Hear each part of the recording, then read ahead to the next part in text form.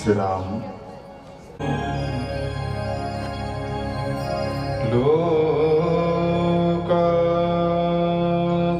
लोकाभिरामं रणरङ्गधीरं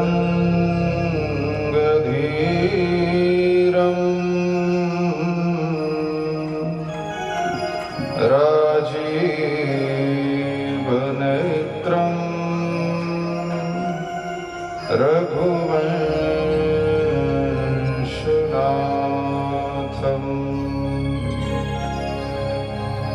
कारुण्यरूपं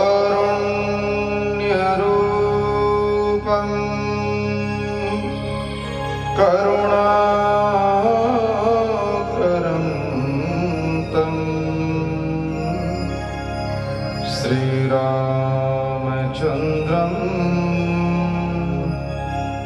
शरणं प्रपद्ये।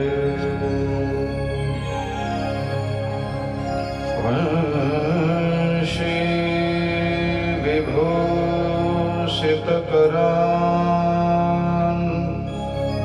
नवनीरदाभात्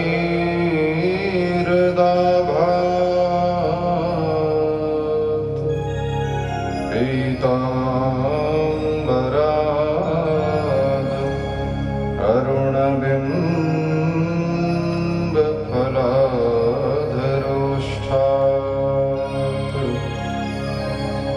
पूर्णेन्दुसुन्दरमुखात् अरविन्दनेत्रात् कृष्णात् परं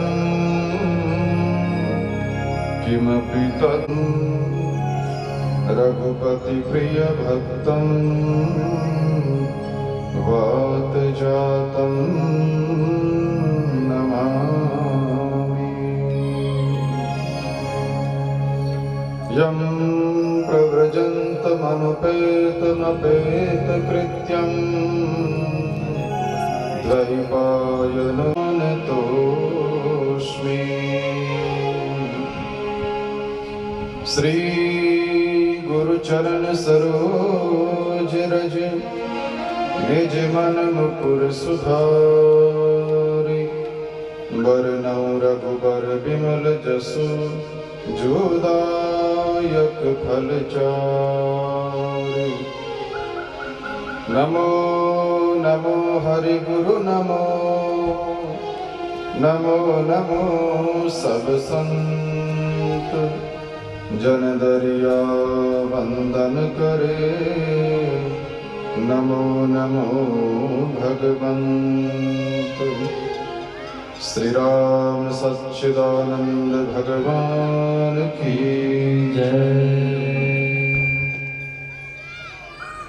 सर्वप्रथम सगुण साकार निर्गुण निराकार भक्तवांछा कल्पतरु भगवान श्री राम जी के परम मंगलमय चरणारविंदों में कोटि कोटि प्रणाम करते हुए विराजमान श्रद्धालु हरिभक्तों, श्रद्धा स्नेहमयी माताओं बहनों, आओ भगवान श्री नंदनंदन ब्रजदेव चंदन यशोदानंदन श्री कृष्ण की परम मंगलमयी पतित पावनी श्रीमद् भागवत कथा का हम सभी कथन श्रवण करें। उससे पूर्व थोड़ी देर के लिए भगवान के नाम का संकीर्तन सब सुने और गाए।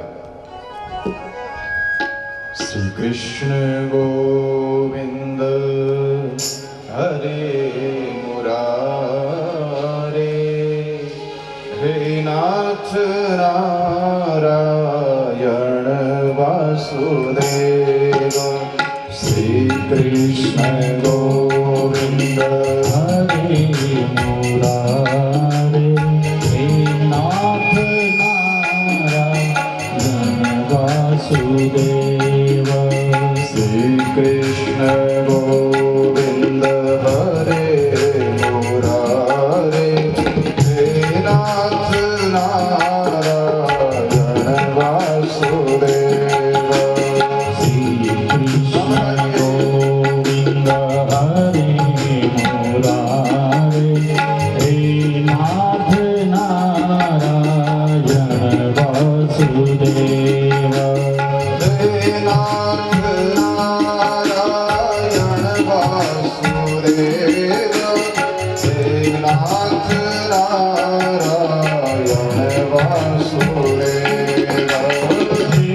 नाथ नारायण वासुदेव, हे नाथ नारायण वासुदेव, हे नाथ नारायण वासुदेव, हे नाथ नारायण वासुदेव,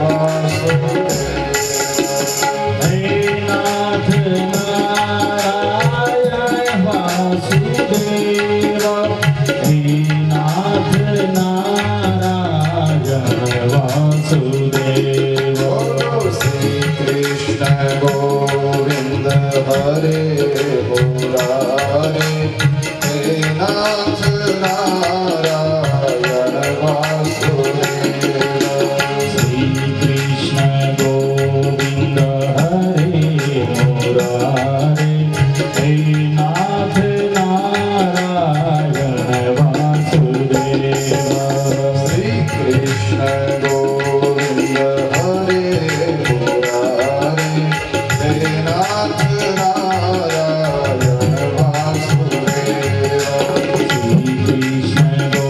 गोविंद हरे मुरारे, हे नाथ नारायण वासुदेव, श्री कृष्ण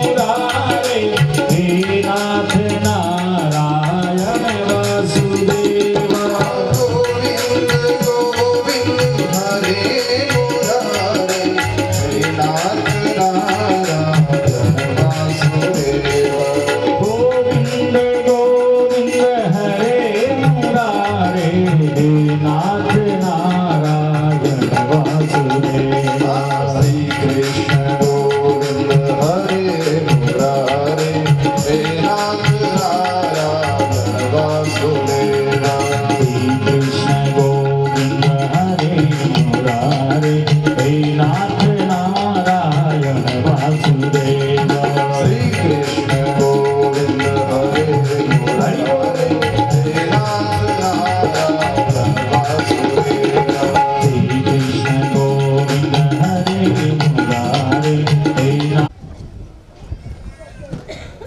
अपना सबका परम सौभाग्य है कि उस परम करुणा वरुणालय परमात्मा की कथा कहने और सुनने का अवसर हम सभी को मिल रहा है। भागवत जी में कल आप हम सब ने महात्म्य का दर्शन किया, भागवत की महिमा को समझा। जिस कथा का श्रवण करने से ज्ञान भक्ति वैराग्य अत्यंत प्रसन्न हो जाते हैं, जिस कथा को कहने सुनने से बड़े से बड़े पापी भी पवित्र हो जाते हैं, निष्पाप बन जाते हैं, पाप मुक्त हो जाते हैं। जिस कथा को श्रवण करने से अधमों का भी उद्धार हो जाता है। कोई कहे कि महाराज हमने तो कोई पाप नहीं किया, तो फिर हम कथा क्यों सुने? ये तो पापियों को तारती है। भागवत भगवान की है आरती, पापियों को पाप से ही तारती। तो हमने तो कोई पाप किया ही नहीं, तो फिर हम कथा सुनने क्यों जावे? हम इस जन्म की तो गारंटी ले सकते हैं कि हमने कोई पाप नहीं किया, पर यह कौन गारंटी लेगा कि हमारा पहला ही जन्म है? क्या इससे पहले आप और हमारा कहीं जन्म नहीं हुआ? अगर जन्म नहीं हुआ होता तो आज हम संसार में नहीं होते। जीवन में आने वाले सुख और दुखों का आकलन करके लोग यह नहीं कहते भैया पिछले जन्मों का कर्म है। सुख मिल रहा है तो यह कहते कि पिछले जन्मों की पुण्याई है, दुख मिल रहा है तो भैया अपने ही किए हुए कर्म है। मतलब पिछले जन्मों में भी हम रहे हैं, ये तो बात पक्की है। हमारा सनातन धर्म पुनर्जन्म की व्यवस्था को स्वीकार करता है, मानता है। शरीर बदलता है, वह चैतन्य, वह आत्मा नहीं बदलती है। भीतर में रहने वाला, जिसको अविनाशी जीव कहा गया है, ईश्वर अंश जीव अविनाशी, चेतन अमन सहज सुख राशि, वह अविनाशी है।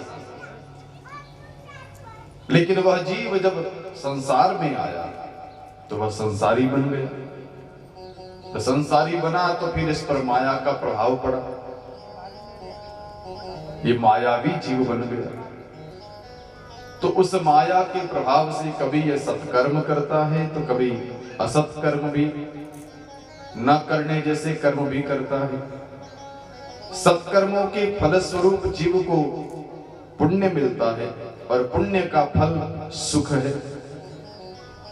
असत कर्मों का, बुरे कर्मों का फल पाप है, और पाप जब फल देता है तो वो कष्ट के रूप में, अशांति के रूप में, दुख के रूप में देता है।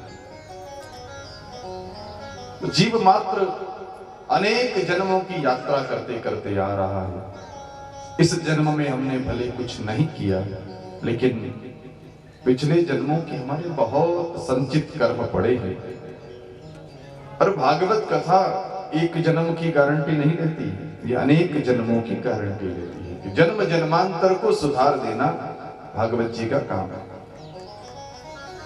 तो ऐसी श्रीमद् भागवत कथा जिसको श्री वेदव्यास जी महाराज ने लिखा है। व्यास जी महाराज भगवान के ही अवतार हैं। परमात्मा को जब लगा कि लोगों को जीवन कैसे जीना चाहिए, उनके पास किस प्रकार के ज्ञान की जरूरत है, तो भगवान ने प्रकट होकर के शास्त्र की रचना करके एक व्यवस्था दी कि भैया आप सुखी और दुखी हो रहे हैं, इसका आरोप भगवान पर मत लगाओ। शास्त्रों ने व्यवस्था दी है कि इस प्रकार के कर्म करते रहोगे तो आपके जीवन में सुख मिलेगा, और इससे उलट अगर असत बुरे कर्म करते रहोगे तो आपके जीवन में कष्ट आएगा, दुख आएगा। अब शास्त्रों की व्यवस्था परमात्मा ने एक संविधान बना के दे दिया। अब आदमी संविधान तोड़े, नियम तोड़े, फिर सरकार के सामने जरा आरोप लगाए कि सरकार कैसी है। हम तो बिल्कुल सीधे सीधे हमारे राइट साइड में ड्राइविंग करते जा रहे थे, सामने गाड़ी वाले ने आकर के हमको बछीड़ा मार दिया। अब राइट साइड में चलेंगे तो गलत है, क्योंकि हमारा संविधान कहता है आप लेफ्ट साइड में ड्राइव करो, बाईं तरफ चलो। संविधान ने जो व्यवस्था दी है उससे उल्टा चलेंगे, और जो संकट आएगा फिर उसका आरोप हम किसी और पर नहीं लगा सकते हैं, हमारी चाल पर ही लगेगा। ऐसे भगवान ने भी शास्त्र रचना करके एक व्यवस्था दी है संसार को कि इस प्रकार से जीवन जिया जाए। भागवत के आरंभ में मंगलाचरण है। मंगलाचरण माने उस मंगल भवन अमंगलहारी परमात्मा का स्मरण। वह भगवान कैसे हैं, संपूर्णतया व्यास जी महाराज बड़ा सुंदर वर्णन करते हैं। जनवाध्यश्च यतो न वयादितर्तश्चार्थेष्वभिज्ञ स्वराट् तैने ब्रह्म हृदय आदि कवये गुह्यन्ति यत्सूरयः तेजो वारि मृदां यथा विनिमयो यत्र त्रिसर्गो मृषा ताम्ना स्वेन सदा निरस्तकुहकं सत्यं परं धीमहि। जन्माद्यश्च यतः,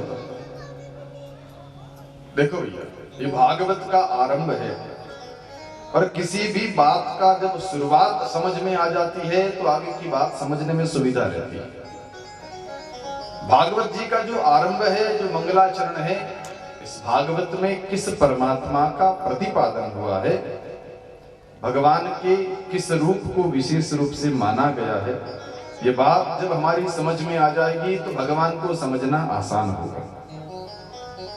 भागवत माने भगवान का परिचय कराने वाली ये श्रीमद् भागवत है। वेद व्यास जी महाराज ने सबसे पहले भागवत लिख करके भगवान के पास ले जाके दिया, और भगवान नारायण प्रभु से कहा कि भगवान मैंने आपकी लीलाओं से भर के एक ग्रंथ की रचना करी है, आप इस पर थोड़ा अपना हस्ताक्षर कर दो। इस पर अपनी मोहर लगा दो ताकि जीवों का कल्याण आसानी से होगा, लोग भरोसा करेंगे। भगवान ने पूछा कि व्यास जी, आपने जो रचना करी है इसका बीज कहां से लाए? भैया बहुत बड़ा पेड़ है लेकिन उसका बीजारोपण तो होता, बीज कहां से लाए? व्यास जी महाराज ने कहा कि प्रभु बीज तो आपका ही दिया हुआ है। आपने जो 4 श्लोकों में भागवत कथा ब्रह्मा जी को सुनाई, ब्रह्मा जी ने अपने पुत्र नारद जी को सुनाई, नारद जी ने मुझे सुनाई, और व्यास जी कहते हैं फिर मैंने उसी बीज में खाद पानी इत्यादि डाल करके 18,000 श्लोकों के विस्तार वाला वटवृक्ष तैयार किया। ये भागवत कथा बनाई। इसलिए इसका अर्थ भी यही होता है, भगवत प्रोक्ता इति भागवतम। जो भगवान के द्वारा कहा गया है सो भागवत है। ठाकुर जी बड़े प्रसन्न हो गए, इसको स्वीकार कर लिया कि चलो भैया हमारी महिमा वाला ग्रंथ है, हम मानते हैं। पास में माता जी बैठे थे, लक्ष्मी मां। व्यास जी ने कहा कि माता जी आप भी अपना इसमें हस्ताक्षर कर दो। तो माता जी ने कहा कि ये प्रभु की महिमा का ग्रंथ है, तो प्रभु से साइन करवा लिया आपने, ऑटोग्राफ ले लिया, हमारी कहां जरूरत है, इसमें हमारा तो नाम ही नहीं। तो व्यास जी महाराज ने कहा नहीं महाराज, माता जी इसमें भगवत्या प्रोक्त इति भागवत, भगवती ने भी तो सुखदेव जी को सुनाया था, इसलिए ये भागवत है। तो माता भगवती ने, लक्ष्मी जी ने कहा कि मैं कैसे मानूं, कहीं स्पष्ट मेरा नाम हो तो मैं मानूं। तब व्यास जी महाराज ने इस ग्रंथ का नाम जो भागवत पुराण था उसको श्रीमद् भागवत महापुराण कर दिया। श्री लक्ष्मी जी का नाम है और श्री के मतानुसार है, लक्ष्मी जी के मतानुसार है श्रीमद् भागवत सप्ताह। तो व्यास जी महाराज कहते हैं भगवान कौन? बोले जन्माद्यश्च यतः। हमने कल दर्शन किया कि भगवान के 5 काम हैं, संसार को बनाना, पालन करना, संसार का लय करना, जीवों को एक जगह से दूसरी जगह गति देना और अनुग्रह करके जीवों को मोक्ष देना। तो जन्माद्यश्च यतः, जिस परमात्मा से सारा संसार बना उन भगवान की कथा भागवत में है। अच्छा महाराज, संसार बनाने का काम तो ब्रह्मा जी करते हैं, तो कहा ये कथा ब्रह्मा जी की है? कहा नहीं नहीं, चाहते अव्यक्त स्वराट, जो स्वयं प्रकाशित है, ब्रह्मा को भी जो ज्ञान का प्रकाश देते हैं वह परमात्मा। तेने ब्रह्म हृदय आदि कवये, जिनके ब्रह्मा जी के हृदय में प्रकट होकर के जिन्होंने वेदों का ज्ञान करवा दिया वो परमात्मा। वेद कैसे? तो कहा गुह्यन्ति यत् सूरयः, जहां बड़े बड़े ज्ञानी लोग भी मोहित हो जाते हैं, ऐसा अद्भुत ज्ञान कुछ सेकंड में ब्रह्मा जी को करा देते हैं वह परमात्मा। तो भगवान रहते कहां हैं? बोले जगत के कण कण में है, दिखाई क्यों नहीं देते? कहते जो वारि मृदाम यथा विनिमयो, संसार में परमात्मा कण कण में होते हुए भी हमको प्रतीत नहीं होते हैं, हमको दिखते नहीं हैं। ये भगवान की माया का प्रभाव है। ये सारा त्रिसर्ग त्रिगुणात्मिका सृष्टि भगवान ने ही बनाया, तो उनकी माया का पर्दा कैसे हटेगा? वो भगवान दिखेंगे कैसे? तो कहा धामना स्वेन सदा निरस्त कुहकम, उस परमात्मा का भजन करने से ये कुहकम, ये माया का कोहरा जो है ये अपने आप निरस्त हो जाता है, माया का कोहरा हट जाता है, फिर केवल परमात्मा रह जाता है। उस भगवान का हम ध्यान करते हैं। सत्यम परम धीमहि, वो परमात्मा सत्य है, वो श्रेष्ठ है, और हम सब उस परमात्मा का ध्यान करते हैं। व्यास जी महाराज ने भागवत जी के आरंभ में किसी भी देवता का या भगवान के किसी भी रूप का नाम नहीं लिया। वो कहते हैं परमात्मा एक है और परमात्मा सत्य है, और जो सत्य है वही ध्यान करने योग्य है। हमारा परमात्मा सदा सत्य कहलाता है, वो सत्यम शिवम सुंदरम है, सदा रहने वाला है। तो वह सत्य परमात्मा जो कभी मिटता नहीं है, जो सर्वत्र रहता है, सदा रहता है। तीन वस्तु से जिसको काट दिया जाए, तीन वस्तु के न रहने से जिसकी सत्ता नहीं रहे, उसको हम माया कहते हैं। शास्त्रों ने उसको माया की उपाधि दी। देश, काल और वस्तु, इन तीनों के द्वारा जो कट सकता हो उसको परमात्मा नहीं कहते हैं, उसको माया की पदार्थ या वस्तु कहते हैं। ध्यान से सुनना, बड़ी काम की बात है। हम लोग भगवान की कल्पना करते हैं तो हमारे मन में किसी मनुष्य की आकृति घूमने लगती है कि शायद भगवान भी इसी प्रकार के हैं। हमारे मन में कल्पना जगती है कि शायद द्वापर में रहने वाले श्री कृष्ण, त्रेता युग में रहने वाले श्री राम, उनकी आकृति थोड़ी बड़ी हो रही होगी, वो थोड़े सांवले सलोने रहे होंगे। निश्चित रूप से परमात्मा लीला करने के लिए आए तो वह स्वरूप लेकर के पधारे, लेकिन वो आए थे और चले गए, पहले आए और अब नहीं है, ऐसा नहीं कहा जा सकता। भगवान सदा वर्तमान है।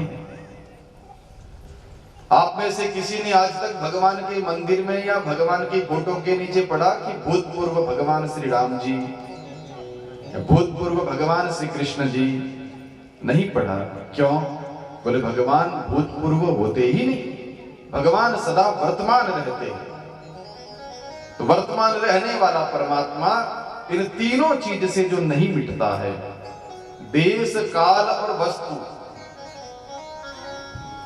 देश का अर्थ है कि हम जिस क्षेत्र में रह रहे हैं, भारत से बाहर चले जाओ कि भारत में तो भगवान थे भाई, लेकिन बाहर चले आए तो यहां तो भगवान भी नहीं, ऐसा नहीं कह सकते। भगवान के लिए यह शब्द लागू होता है कि वो हरि व्यापक सर्वत्र समान। महादेव जी कहते हैं वो सब जगह है, भारत में है और अमेरिका में नहीं है, भारत में है और इंग्लैंड में नहीं है, वो हमारा भगवान नहीं है। अपना परमात्मा, हम सनातन धर्म के लोगों का परमात्मा जो है, यद्यपि दूसरों का भी परमात्मा तो वही, परमात्मा दूसरा नहीं है, लेकिन उनकी मान्यता भिन्न हो सकती है। हमारे सनातन धर्म के ऋषि कहते हैं जो हर देश में है, किसी भी क्षेत्र में चले जाए हम, परमात्मा है। केवल देश ही नहीं, इस धरती पर है और ऊपर स्वर्ग में नहीं है, ऐसा नहीं कह सकते हैं। बैंकुट में है और यहाँ नहीं है, ऐसा भी नहीं कह सकते हैं।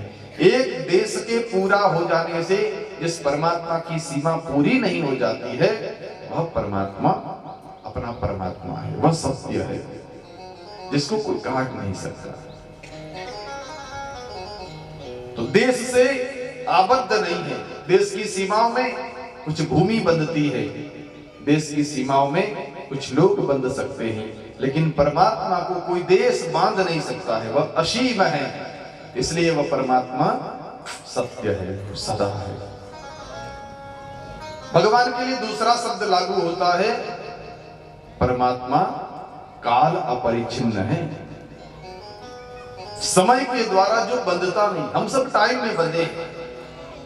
हमारे दादाजी की, परदादाजी की फोटो देखो और कहो कि ये कौन है? अपने दादाजी। कहाँ हैं? बोले पहले थे, अब नहीं है। क्यों? वो एक समय में बंधे हुए थे, एक समय पूरा हुआ तो वो चले गए।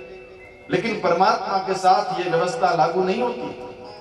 काल भगवान की शक्ति है, शक्ति कभी शक्तिमान पर आक्रमण नहीं कर सकती है। काल भगवान की शक्ति है, भगवान की इच्छा से वो विचरण करता है। वो किसी व्यक्ति को भगवान की इच्छा से युवा से वृद्ध और वृद्ध से युवा भी बना सकता है, लेकिन परमात्मा पर काल का असर नहीं होता है, समय का असर नहीं होता है। इसलिए जिसको ऐसा नहीं कहा जा सकता है कि त्रेता युग में था अब कल युग में नहीं है, द्वापर में थे अब कल युग में नहीं है, या आज कल युग में है लेकिन कुछ वर्षों बाद नहीं रहेंगे। ऐसा जिसके साथ भी लागू होता है वह परमात्मा नहीं है, वह सत्य नहीं है। इसलिए व्यास जी कहते हैं सत्यम परम धीमहि, जो सत्य है वही श्रेष्ठ है, और जो श्रेष्ठ है वही ध्यान करने योग्य। बात समझ में आ रही ना? जो देश की सीमाओं से बंधा हुआ नहीं है वो परमात्मा है, जो समय की सीमा में बंधा हुआ नहीं है वो परमात्मा है, और तीसरा है वस्तु अपरिच्छिन्न। किसी पदार्थ के रहने से वो है, पदार्थ के नहीं रहने से वो नहीं रहेगा, ऐसा नहीं कह सकते। एक तस्वीर है तब तक भगवान है, तस्वीर हट गई तो भगवान चले गए, ऐसा नहीं कह सकते।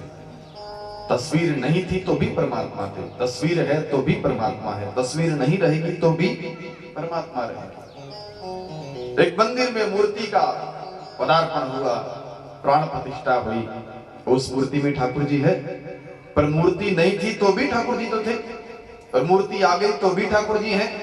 और जब मूर्ति छिन्न परिचिन्न हो जाए, विसर्जन कर दो मूर्ति का, तो क्या भगवान पूरे हो गए? तो भी भगवान रहते हैं। और केवल मूर्ति ही नहीं, जिस दिन ये धरती, ये आकाश, ये वायु, अग्नि, जल, ये सारे पदार्थ, ये पांचों महाभूत भी नहीं रहेंगे तो भी वो परमात्मा रहेगा। इसलिए उसको वस्तु अपरिचिन्न कहते हैं, कि जो देश की सीमाओं में आबद्ध नहीं है, जो काल की सीमा में आबद्ध नहीं है, और जो किसी पदार्थ की, वस्तु की सीमा में आबद्ध नहीं है, इसके होने से भगवान है, ऐसा नहीं कह सकते। हम लोग तो इसमें बंधे हैं, ये शरीर होने से हम हैं, शरीर मिटते ही हम सोचते कि हम मिट गए, लेकिन परमात्मा ऐसा नहीं है। वह परमात्मा सत्य है, और ऐसे परमात्मा को जो सदा था, सदा है, सदा रहेगा, जो सर्वत्र है, वो वैकुंठ में भी है, वो धरती पर भी है, वो अयोध्या, वृंदावन, मथुरा में भी है, और वह यहाँ ब्यावर में भी, जो सब जगह है परमात्मा, उस परमात्मा को सत्य के नाम से पुकारा जाता है। वो सत्य स्वरूप परमात्मा है। और व्यास जी महाराज कहते हैं, भागवत में उसी भगवान की लीला का वर्णन है। वही सत्य परमात्मा जब धरती पर अवतरित होकर के आते हैं, तो उस परमात्मा की लीला का विस्तार होता है, क्योंकि वो सत्य रूप से, अव्यक्त, निर्गुण और निराकार रूप से पकड़ में नहीं आ रहा है, हम लोगों की बुद्धि में नहीं उतर रहा है। इसलिए वह भगवान कृपा करके कभी कभी साकार बन करके आते हैं, क्योंकि हमारी आंख आकार को देखना पसंद करती है, और परमात्मा इन जीवों पर कृपा करने के लिए वो कोई आकार ग्रहण करता है। भैया चल, तेरा उद्धार ऐसे हो तो ऐसे ही कर, मैं तेरे लिए एक आकृति बना लेता हूं, तो इस प्रकार से मेरा भजन कर।